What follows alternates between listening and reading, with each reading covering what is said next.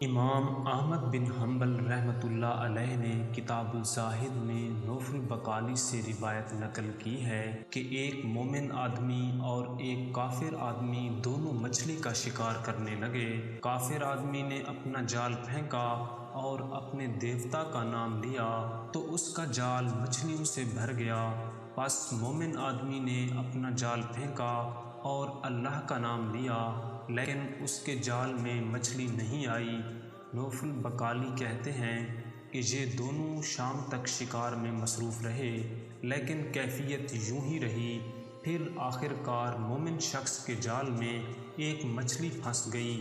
پس اس نے اسے اپنے ہاتھ سے پکڑنے کی کوشش کی، لیکن وہ اچھل کر پانی میں کود گئی۔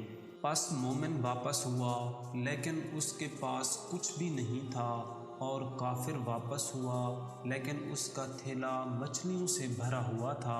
پس مومن کے فرشتہ کو مومن کی اس بے بسی پر افسوس ہوا۔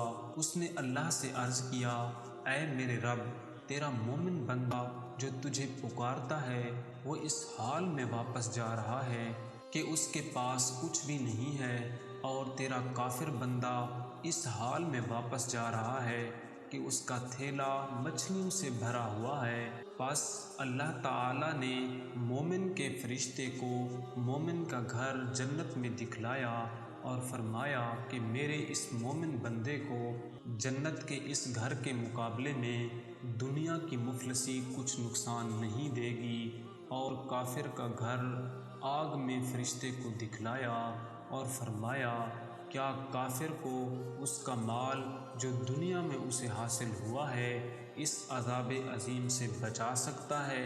فرشتے نے عرض کیا، اے میرے رب، ہرگز نہیں۔ ویڈیو کو لائک کریں، شیئر کریں اور چینل کو سبسکرائب کریں۔ Thanks for watching.